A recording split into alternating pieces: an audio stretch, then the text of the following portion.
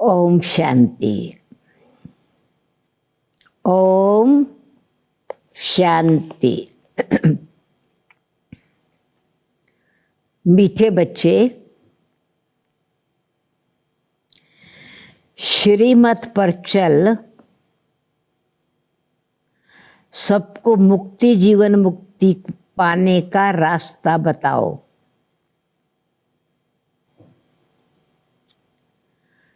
सारा दिन यही धंधा करते रहो। मीठे बच्चे, श्रीमत पर चल, सबको मुक्ति जीवन मुक्ति पाने का रास्ता बताओ। सारा दिन यही धंधा करते रहो।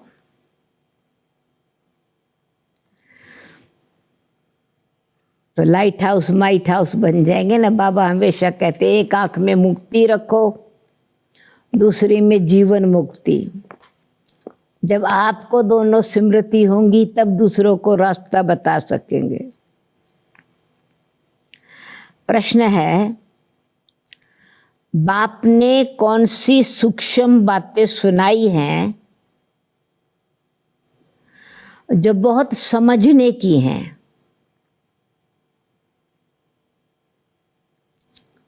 उत्तर है,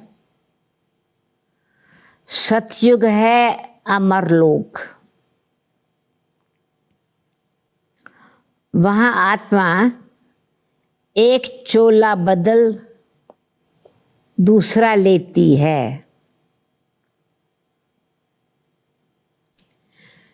लेकिन मृत्यु का नाम नहीं। इसीलिए उसे मृत्यु लोक नहीं कहा जाता।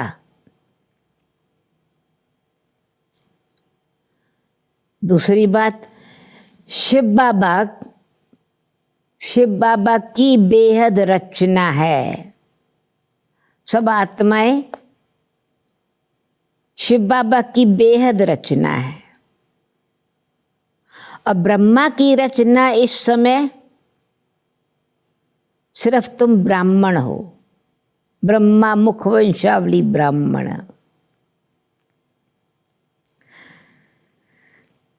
त्रिमूर्ति शिव कहेंगे, त्रिमूर्ति ब्रह्मा नहीं।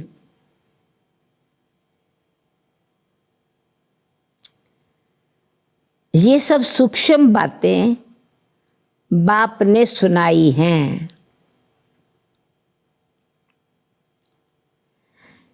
ऐसी ऐसी बातों पर विचार कर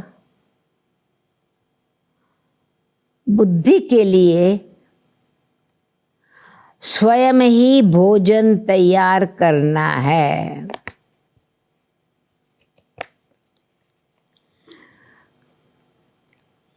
कभी कभी सवेरे मुरली से पहले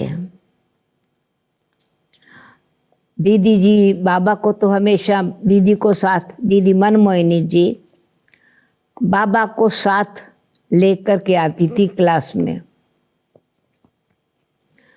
तो थोड़ा जल्दी पहुंच जाती थी। तो बाबा कहते थे, बच्ची थोड़ा देर ठहरो, मैं बच्चों के लिए भोजन तैयार कर रहा हूँ। अपने लिए भी भोजन तैयार कर रहा हूँ। तो क्या भोजन? ज्ञान के मंथन को, विचार सागर मंथन को भोजन भी कहा जाता है। तो ब्रह्मा बाबा ने जो भोजन तैयार किया, हम बच्चों को फिर ये भोजन खिलाया। जितना जितना जिसने ये ब्रह्मा भोजन खाया, पर ये भोजन कहाँ से मिला, बना कैसे?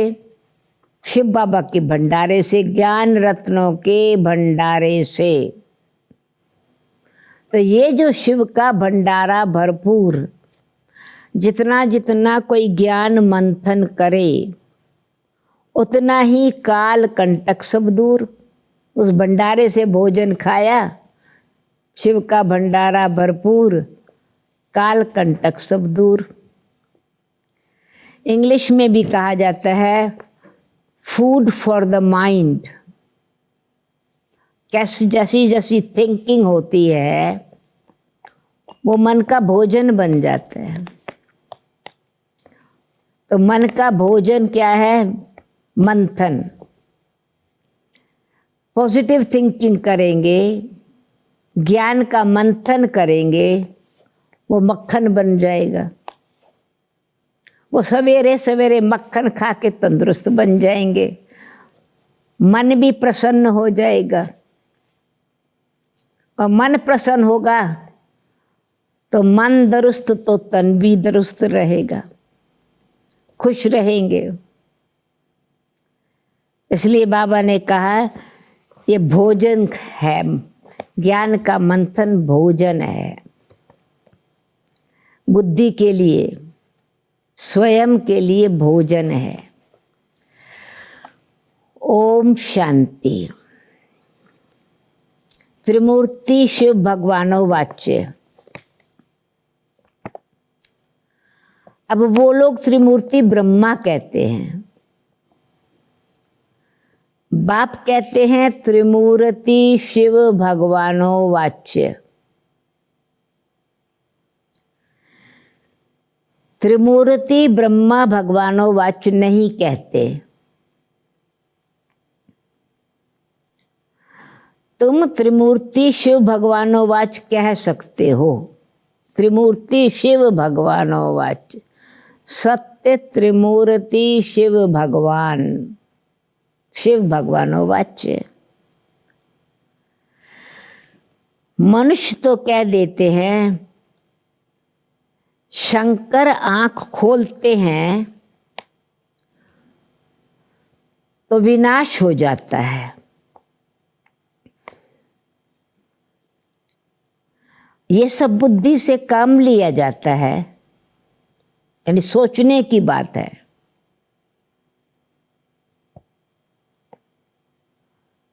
तीन का ही मुख्य पार्ट है। ब्रह्मा और विष्णु का तो बड़ा पार्ट है, 84 जन्मों का।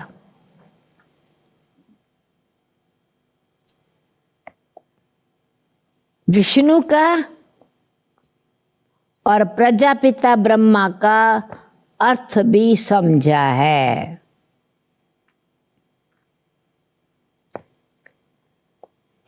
पाठ है इन तीन का। ब्रह्मा का नाम तो गाया हुआ है, आदि देव, एडम,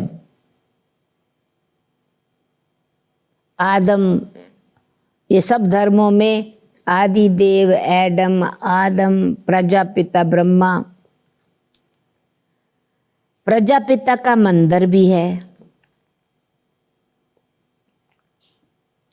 यह है विष्णु का अथवा कृष्ण का अंतिम जन्म, 84वां जन्म।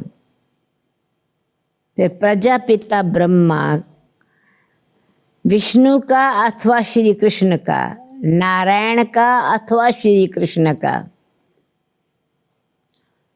अंतिम जन्म अथवा 84 जन्म है, जिसका नाम ब्रह्मा रखा है।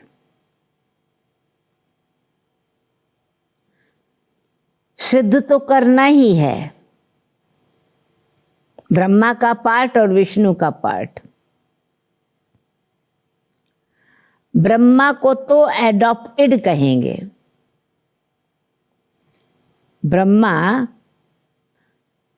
कोई बेबी रूप में जन्म नहीं लेते, शिव बाबा एडॉप्ट करते हैं। शिव की रचना इसलिए कहा जाता है। बाकी श्री कृष्ण जन्म लेते हैं।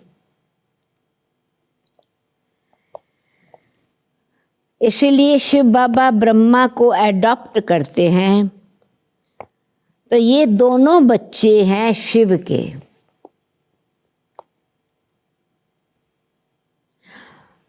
बाबा ने कहा वास्तव में है तो एक का ही सारा पार्ट।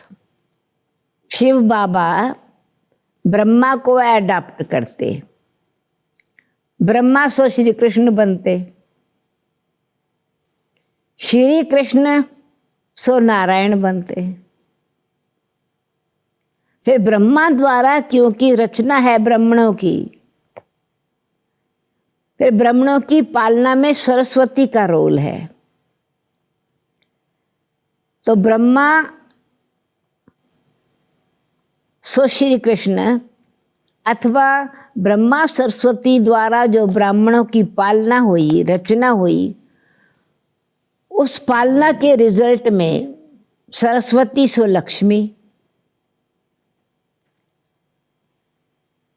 तो नारी लक्ष्मी, पुरुष नारायण,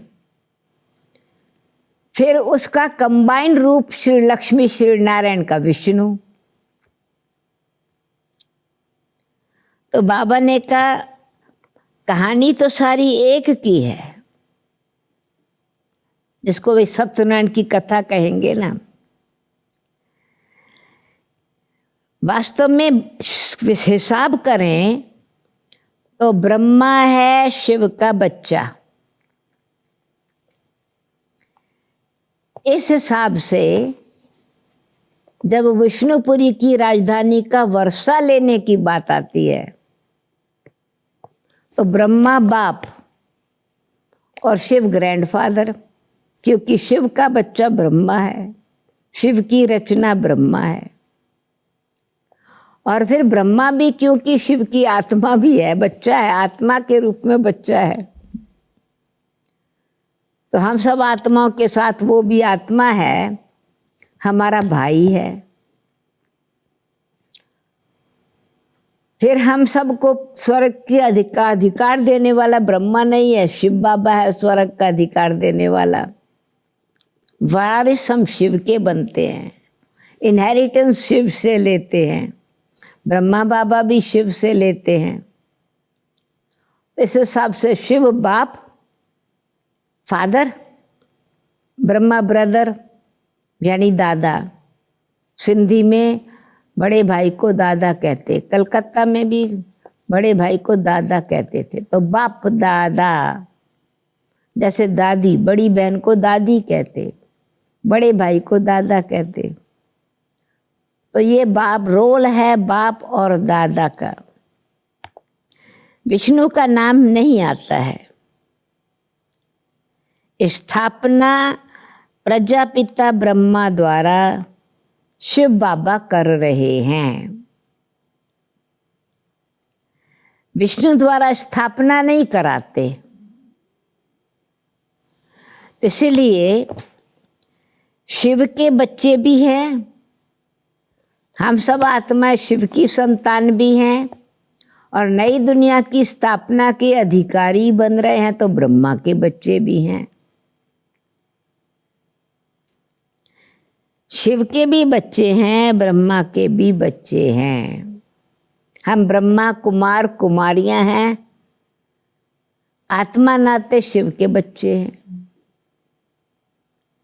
आत्मे के हिसाब से शिव बाबा के बच्चे हैं। इसीलिए विष्णु के बच्चे नहीं कह सकते, ना लक्ष्मी और नारायण को बहुत बच्चे हो सकते। इतने सारे ब्रह्मा कुमार कुमारियां, ये सब लक्ष्मी नारायण के बच्चे तो नहीं है ना।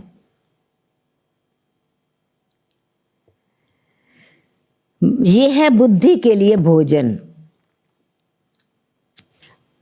आप पे ही भोजन बनाना चाहिए, बुद्धि का भोजन खुद तैयार करना चाहिए। सबसे जास्ती पाठ कहेंगे विष्णु का, फिर पाठ है आदि से लेके अंत तक श्री लक्ष्मी श्री नारायण का। 84 जन्मों का पाठ विराट रूप भी विष्णु का दिखाते हैं ना कि ब्रह्मा का। विराट रूप विष्णु का ही बनाते हैं। वैरायटी स्टेजेस विष्णु से फिर शुरू होती, ब्राह्मण से देवता बन गए तो फिर क्षत्रिय वैश्य शूद्र चक्कर में जो आते हैं, फिर विष्णु वंशावली आते हैं।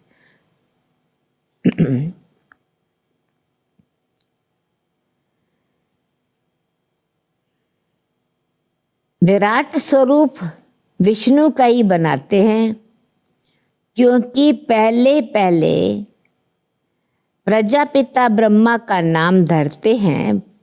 ब्रह्मा का तो बहुत थोड़ा पार्ट है, सिर्फ संगम युग पर पार्ट है, इसलिए विराट रूप विष्णु है। चतुर्भुज भी विष्णु का बना दिया है। ये चार अलंकार, फिर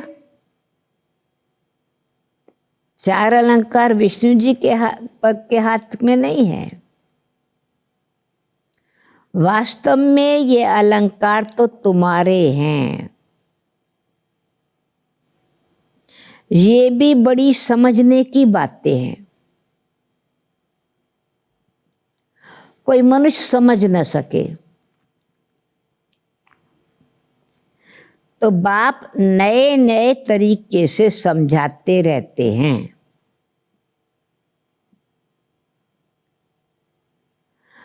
बाप कहते हैं त्रिमूर्ति शिव भगवानो वाच्य। ये राइट है ना? तो तीन का पार्ट मुख्य में किसका पार्ट हुआ? त्रिमूर्ति शिव में शिव के साथ बेशक कहने में ब्रह्मा विष्णु शंकर आते हैं, परंतु सृष्टि के चक्र में आने का पार्ट, उसका ज्ञान देने का पार्ट शिव का है। और किसका ज्ञान देते हैं? ब्रह्मा सो विष्णु, विष्णु सो ब्रह्मा। तो ब्रह्मा ही पुरुषार्थ करके नारायण बना, नारायण ही फिर विष्णु बनते, विष्णु फिर ब्रह्मा बनते। इसलिए विष्णु, ब्रह्मा और शिव।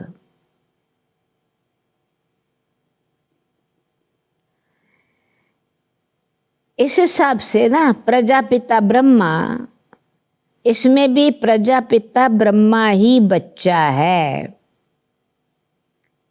रचना जो है ब्राह्मणों की, एडॉप्ट जो किया विष्णु को नहीं किया, वो तो रिजल्ट है, वो तो प्रारब्ध है। बच्चा कहेंगे, एडॉप्टेड बच्चा ब्रह्मा को कहेंगे।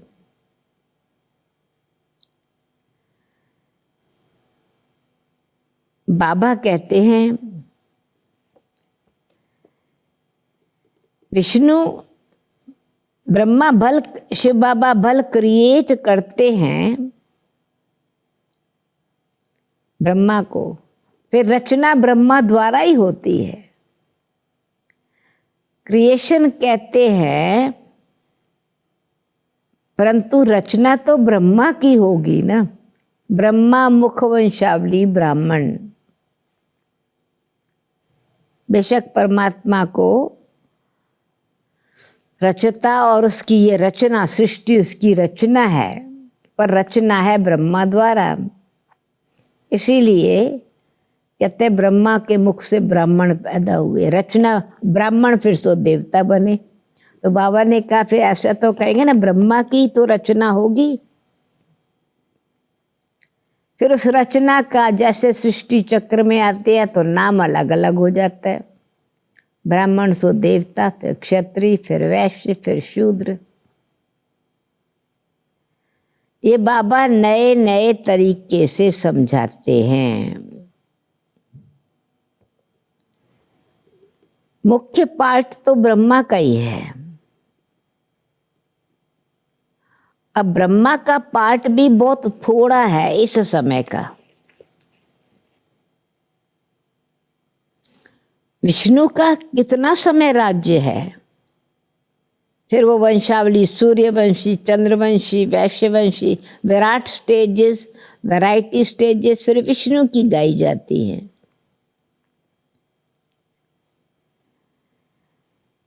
सारे झाड़ का बीज रूप है शिव बाबा। मनुष्य सृष्टि रूपी वृक्ष का बीज उल्टा वृक्ष है, बीज ऊपर है, हम रचना नीचे हैं। तो शिव की रचना कौन, शिव की संतान कौन? ब्रह्मा की संतान तो ब्राह्मण हुए, शिव की संतान कौन? तो आज बाबा जो विचार कर रहे थे वो यही बताया, जो भोजन पका रहे थे, कि शिव की संतान शालिग्राम, ब्रह्मा की संतान ब्राह्मण। फिर वो मनुष्य सृष्टि रूपी वृक्ष का जड़ अथवा फाउंडेशन ब्रह्मा हो जाता है, इसलिए उसको ग्रेट ग्रेट ग्रेट ग्रैंडफादर कहते हैं।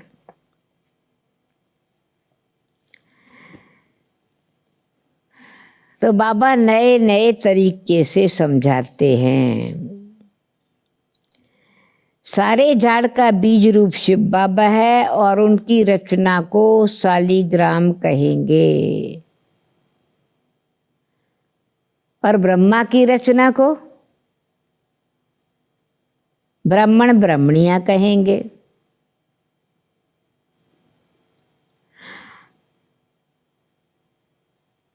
बड़ी रचना किसकी, शिव की या ब्रह्मा की?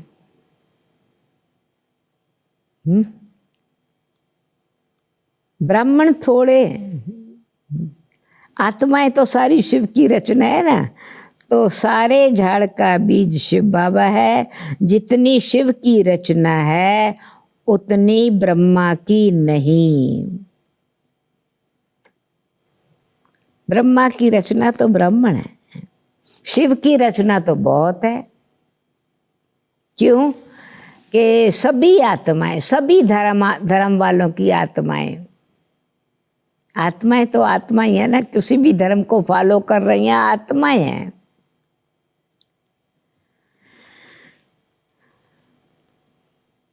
ब्रह्मा की रचना को ब्राह्मण कहेंगे, ब्राह्मण ब्राह्मणियां कहेंगे।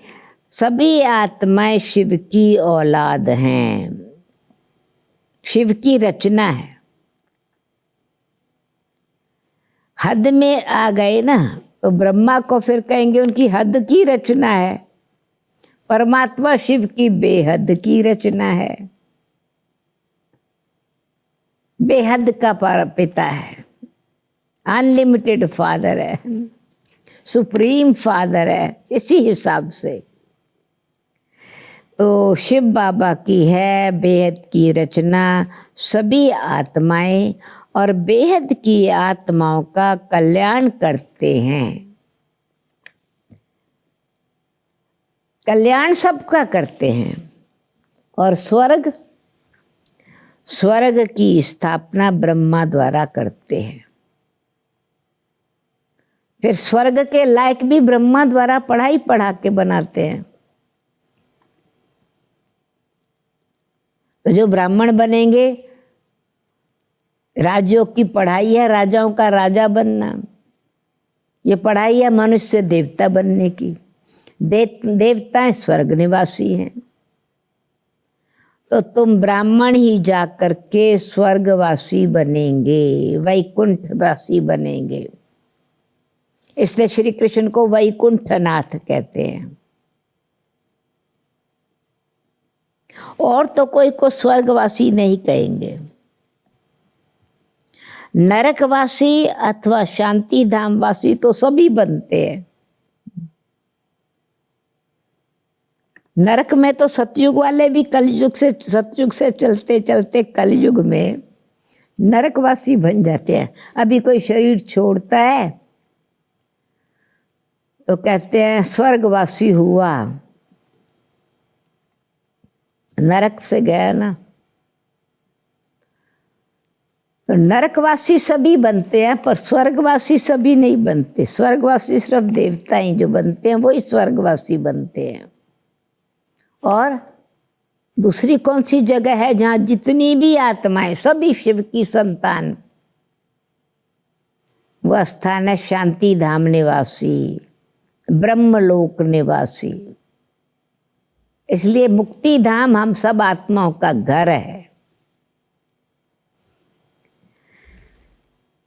तो बाबा कहते ये बेहद की रचना है, तो बेहद की आत्माओं का कल्याण करते हैं, सबको मुक्ति धाम ले जाते हैं।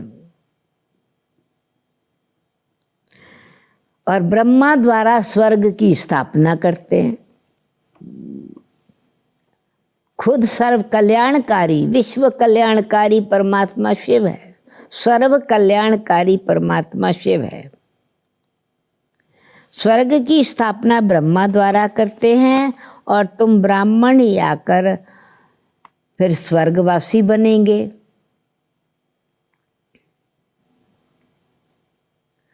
और तो कोई भी स्वर्गवासी नहीं बनेंगे। कहाँ के निवासी बनेंगे? उनकी चाहना भी यही है, हम निर्वाण धाम में जावें, मुक्ति धाम में जावें, शांति धाम में जाएं। तो सब आत्माएं बाकी फिर निर्वाणवासी अथवा शांति धाम वासी बनती हैं। निर्वाण धाम वासी या शांति धाम वासी सब आत्माएं बनती हैं। तो इसीलिए शिव बाबा की रचना भी बहुत बड़ी और शिव बाबा की सेवा भी। शिव बाबा की सेवा भी बहुत ऊंची ते ऊंची है। ऊंचे ते ऊंचा भगवंत, ऊंचा तेरा नाम, ऊंचा तेरा काम, ऊंचा तेरा धाम, इसलिए महिमा उसकी है। शिव की ही महिमा है। वो सभी आत्माओं को ले जाते हैं वापस और सभी का पार्ट अलग अलग है। शिव बाबा भी कहते मेरा पार्ट अलग है, सबका हिसाब किताब चुकतू कराए, तुमको पतित से पावन बनाकर ले जाता हूँ। तुम यहाँ मेहनत कर रहे हो पावन बनने के लिए, दूसरे सब कयामत के समय हिसाब किताब चुकतू करके जाएंगे। पवित्र नहीं बनेंगे तो कर्म का हिसाब किताब तो चुकतू करना पड़ेगा ना। और फिर जाएंगे मुक्ति धाम में, वहाँ बैठे रहेंगे जब तक उनका पाठ शुरू हो। बाकी सृष्टि चक्र तो फिरना ही है, सतयुग तो आएगा ही। तो तुम बच्चे ब्रह्मा द्वारा ब्राह्मण बन फिर देवता बन जाते हो।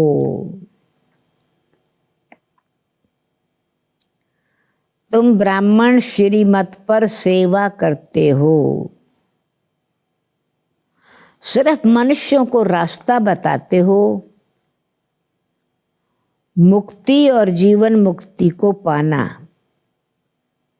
तो मुक्ति जीवन मुक्ति को पाना चाहो तो पा सकते हो, दोनों चाबी हाथ में है, मुक्ति धाम की भी और जीवन मुक्ति धाम की भी। ये जानते हो कौन कौन मुक्ति में और कौन कौन जीवन मुक्ति में जाएंगे। तुम्हारा सारा दिन यही धंधा है। जैसे कोई अनाज आदि का धंधा करते हैं तो बुद्धि में सारा दिन वही रहता है। तुम्हारा धंधा है रचना के आदि मध्यंत को जानना और किसी को मुक्ति जीवन मुक्ति का रास्ता बताना। जो इस धर्म के होंगे वो निकल आएंगे। ऐसे बहुत धर्म के हैं जो बदल नहीं सकते, यानी जो जिस धर्म के हैं वो उस धर्म में जाएंगे ही सही। धर्म बदली किया फिर वापस अपने धर्म में चले जाएंगे। जैसे एंग्लो क्रिश्चियन काले होते हैं, शरीर तो रूप तो नहीं बदलता है ना, सिर्फ ऐसे बदल देंगे, ऐसे नहीं कि फीचर्स बदल जाते हैं। यानी वो फॉलोअर्स बनते हैं, ऐसे बहुत इंडियन साउथ के या ईस्ट तरफ से बहुत सारे इंडियन क्रिश्चियन बन गए, एंग्लो क्रिश्चियन कहते। वो सिर्फ धर्म को मान लेते हैं, कोई बौद्ध धर्म को मानते हैं, क्योंकि देवी देवता धर्म तो प्राय लोप हो गया ना। एक भी ऐसा नहीं जो कहे हम आदि सनातन देवी देवता धर्म के हैं। देवताओं के चित्र काम में आते हैं, देवताओं के चित्रों की पूजा होती है। आत्मा तो अविनाशी है, वो कभी मरती नहीं, एक शरीर छोड़ दूसरा लेती है, पार्ट बजाती है। सतयुग है ही अमर लोक, उनको मृत्यु लोक नहीं कहा जाता। वो सिर्फ चोला बदलती है, अपनी इच्छा से शरीर छोड़ती है, इच्छा से लेती है, इसलिए अमर लोक कहा जाता है। मरने का डर नहीं है। ये बातें बड़ी सूक्ष्म समझने की हैं।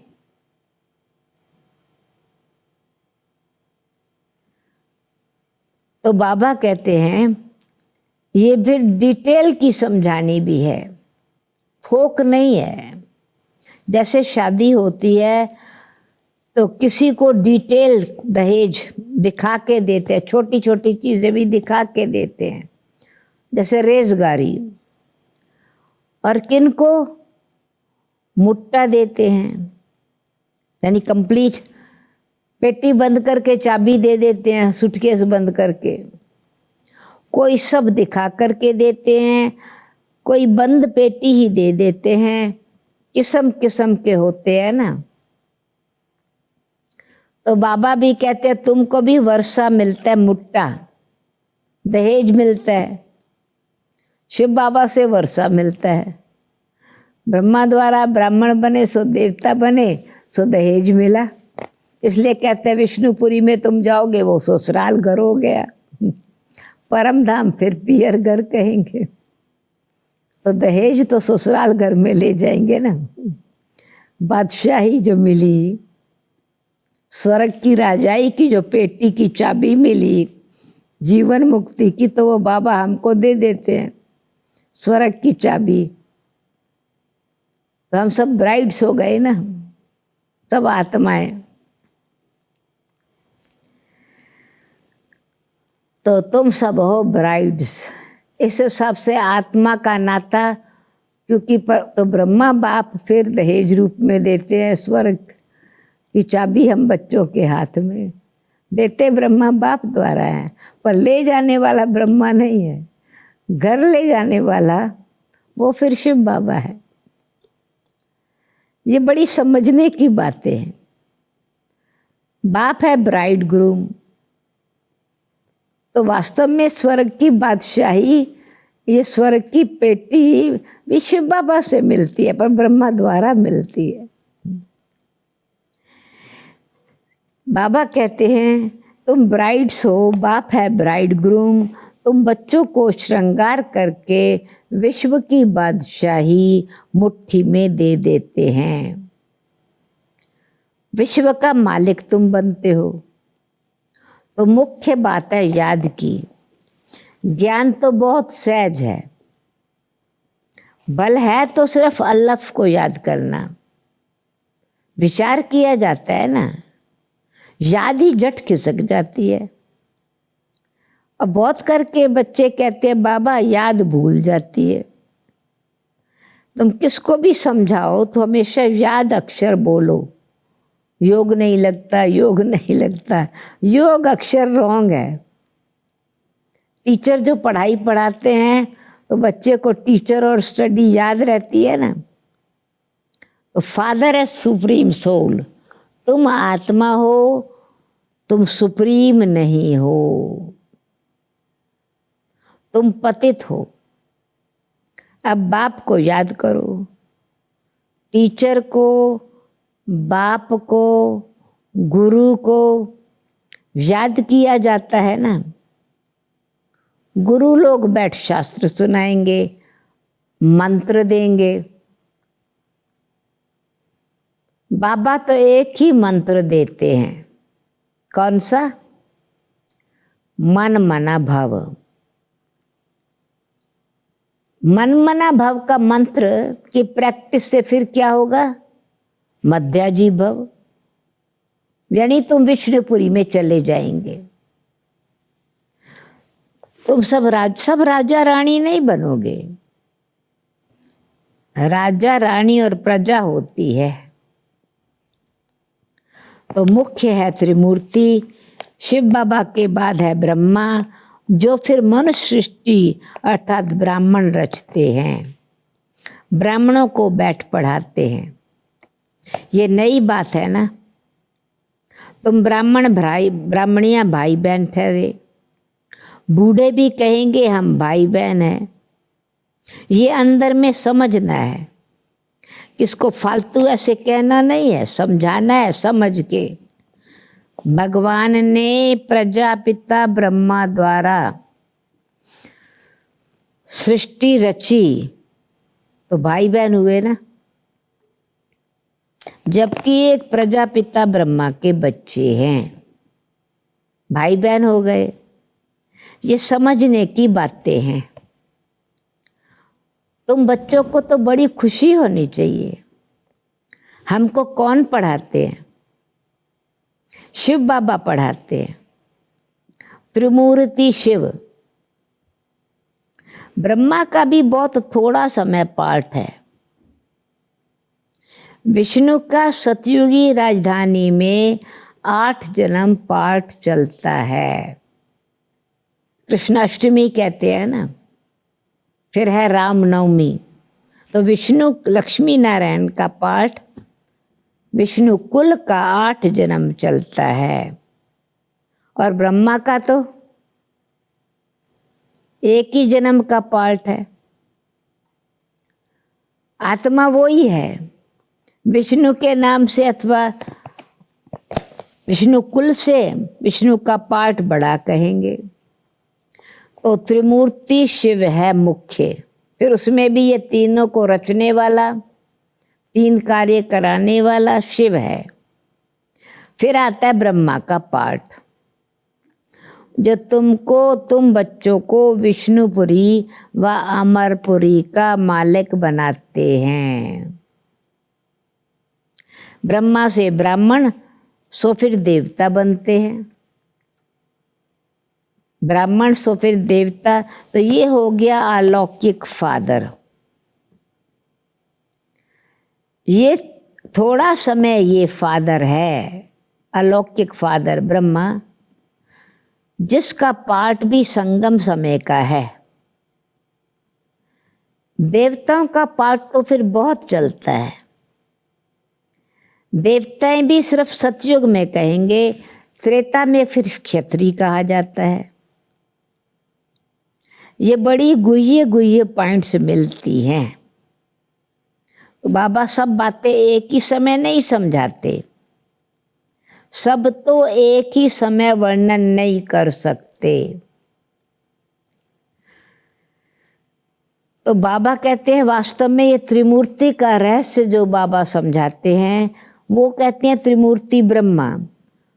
उसमें शिव को नहीं दिखाया, शिव को उड़ा दिया है, निकाल दिया है उस त्रिमूर्ति में से, अथवा भूल गए हैं। हम फिर त्रिमूर्ति शिव कहते हैं। शिव बाबा ये तीनों का राज समझाते, शिव ब्रह्मा और विष्णु का। त्रिमूर्ति शिव कहते हैं ये चित्र हैं सब भक्ति मार्ग के।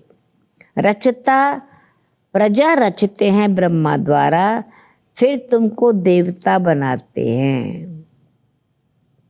फिर विनाश के समय नेचुरल कैलेमिटीज भी आती हैं। विनाश तो होना ही है। कलयुग के बाद फिर सतयुग होगा। इतना सब शरीरों का विनाश तो होना ही है ना। सतयुग में तो ये सब देवता शरीर होंगे ही नहीं, तो विनाश होना है। सब कुछ प्रैक्टिकल में चाहिए। प्रैक्टिकल में विनाश होता है। ऐसे नहीं कि सिर्फ आँख खोलने से विनाश हो जाता है। सिर्फ आँख खोलने से थोड़ी हो सकता है। पर बाबा फिर कहते, मैं जब तुम बच्चों का तीसरा नेत्र खोलता हूँ तो तब तुम्हारी पुरानी दुनिया का विनाश होता है। नई दुनिया नजारा नजर आता है तो पुरानी दुनिया का विनाश होता है। जब स्वर्ग आता है, हाँ, सिर्फ आँख खोलने से थोड़ी हो सकता है। जब स्वर्ग गुम होता है, फिर द्वापर में भी जो स्वर्ग की सृष्टि है वो भी फिर खत्म होती है। द्वापर में अर्थक्वेक आदि से, उस समय भी अर्थक्वेक आदि होती है। तो क्या उस समय शंकर आंख खोलते हैं क्या? तो क्या उस समय भी शंकर आंख ऐसे मीचते हैं? गाते हैं ना, द्वारका अथवा लंका पानी में चली गई। आंख खोलना तो विनाश हुआ। फिर द्वापर में फिर वो स्वर्ग का विनाश हुआ। प्रकृति के तूफानों से पृथ्वी गोल्डन अटलांटिस कहते समुद्र में डूब गया। तो शंकर जी ने आंख बंद कर दी थी उस समय, खोली नहीं। तो बाबा ने कहा ये प्रकृति का यानी प्रकृति के साथ भी, प्रकृति के प्रकोप के साथ भी प्रकृति का भी रोल है पुरानी दुनिया का विनाश करना। और प्रकृति का भी पार्ट है, ड्रामा में भी ये पार्ट है। सतयुगी त्रेता युगी सृष्टि भी परिवर्तन हो जाती है, स्वर्ग नरक बन जाता है। तो आज बाबा नए तरीके से सब कुछ समझा रहे हैं। अब बाप समझाते हैं, मैं आया हूँ पत्थर बुद्धियों को पारस बुद्धि बनाने। मनुष्य पुकारते हैं, हे पतित पावन आओ, आकर पावन दुनिया बनाओ। परंतु ये नहीं समझते कि अभी कलयुग है, इसके बाद सतयुग आएगा। तुम बच्चों को तो खुशी में नाचना चाहिए। बैरिस्टर आदि इम्तिहान पास करते हैं तो अंदर में ख्यालात आते हैं ना, हम पैसा कमाएंगे, फिर मकान बनाएंगे आदि। ये अभी तुम तो सच्ची कमाई कर रहे हो। स्वर्ग में तुम सबको सब कुछ नया माल मिलेगा। फिर से ख्याल करो, सोमनाथ का मंदिर क्या होगा द्वापर में भी? क्या एक मंदिर तो नहीं होगा ना। उस मंदिर को 2500 वर्ष हुआ बनाने में, टाइम तो लगा होगा ना। पूजा भी की होगी उस मंदिर में, कुछ समय पूजा भी चली होगी। फिर बाद में लूट करके ले गए हैं ना। द्वापर में तो नहीं, फौरन तो नहीं लूटा ना। और बहुत मंदिर होंगे, पूजा के लिए बैठ मंदिर बनाए। अभी तुम जानते हो फिर से गोल्डन एज में जाना है। याद करते करते हम गोल्डन एज में चले जाएंगे। आत्मा पवित्र बन जाएगी। तो मेहनत करनी पड़ती है, मेहनत बगैर काम नहीं चलेगा। गाया भी जाता है सेकंड में जीवन मुक्ति, परंतु ऐसे थोड़ी मिल जाती है। ये समझा जाता है। बच्चे बनेंगे जरूर, बच्चे बाबा के बच्चे बनेंगे तो स्वर्ग की बादशाही मिलेगी जरूर। तुम अभी मेहनत कर रहे हो मुक्ति धाम में जाने की। बाप की याद में रहना पड़ता है। दिन रात, दिन प्रतिदिन बाप तुम बच्चों की बुद्धि को रिफाइन बनाते हैं। बाप कहते हैं तुमको मैं गुह्य गुह्य बातें सुनाता हूँ।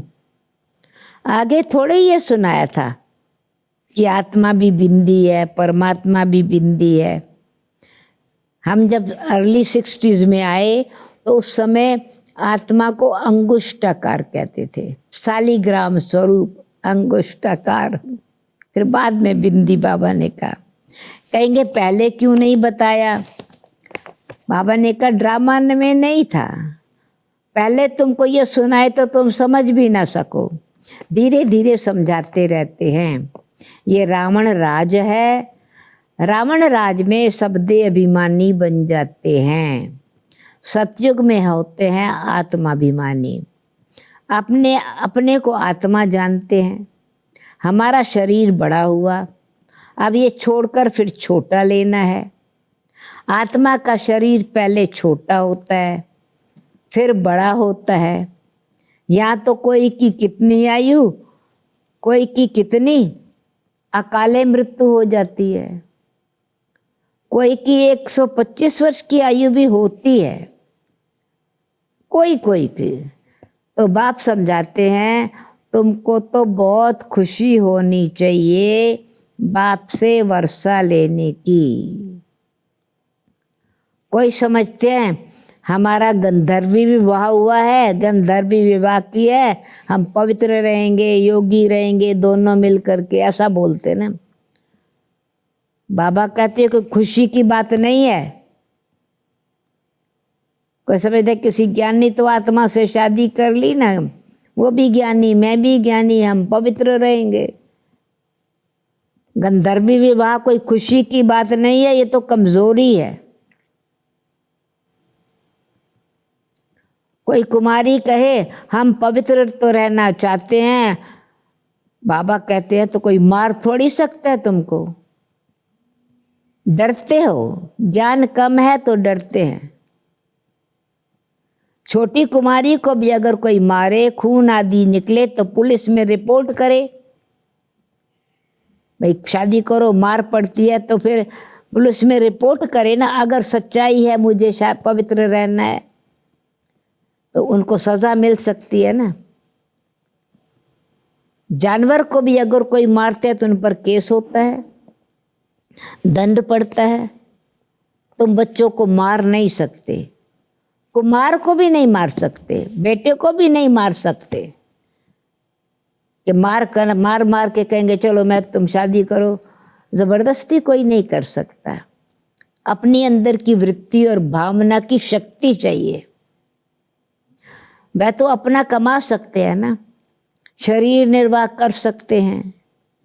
पेट कोई जास्ती नहीं खाता, रोटी 4 मनुष्य को का पेट यानी शरीर निर्वाह के लिए 4-5 रुपया, एक मनुष्य का पेट 400-500 रुपया, यानी इतना उस समय महीने की कमाई शरीर को चला कि खान पान के लिए इनफ होती थी। पैसा बहुत है तो हबश हो जाती है। गरीबों को पैसे नहीं है तो हबश भी नहीं है, लालच भी नहीं है, वो सूखी रोटी में ही खुश होते हैं। बच्चों को जास्ती खान पान के हंगामे में भी नहीं जाना चाहिए, खाने का शौक नहीं रहना चाहिए। लास्ट पॉइंट, तुम जानते हो हमें क्या नहीं मिलेगा वहाँ? बेहद की बादशाही, बेहद का सुख मिलता है। वहाँ कोई बीमारी आदि होती नहीं, हेल्थ वेल्थ हैप्पीनेस सब रहता है। बुढ़ापा भी वहाँ अच्छा रहता है, खुशी रहती है, कोई प्रकार की तकलीफ नहीं रहती। प्रजा भी ऐसी बनती है, परंतु ऐसे भी नहीं अच्छा प्रजा तो प्रजा ही सही। फिर तो ऐसे ही होंगे जैसे यहाँ के भील लोग, फिर तो ऑर्डिनरी रह जाएंगे ना। सूर्यवंशी श्री लक्ष्मी नारायण बनना है तो फिर इतना पुरुषार्थ करना चाहिए। अच्छा, मीठे मीठे सिखिल दे बच्चों प्रति माता पिता बाप दादा का याद प्यार और गुड मॉर्निंग। रूहानी बाप की रूहानी बच्चों को नमस्ते।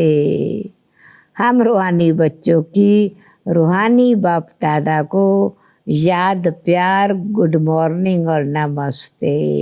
नमस्ते। धारणा के लिए मुख्य सार।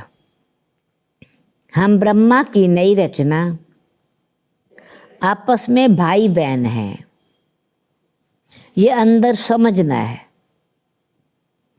किसी को कहने की दरकार नहीं है, ये अंदर की धारणा है। सदा इसी खुशी में रहना है कि हमें शिव बाबा पढ़ाते हैं। सेकंड पॉइंट, खान पान के हंगामे में जास्ती नहीं जाना है। लालच छोड़, हवस छोड़, बेहद की बादशाही के सुखों को याद करना है। वरदान, माया के संबंधों को डाइवोर्स दे,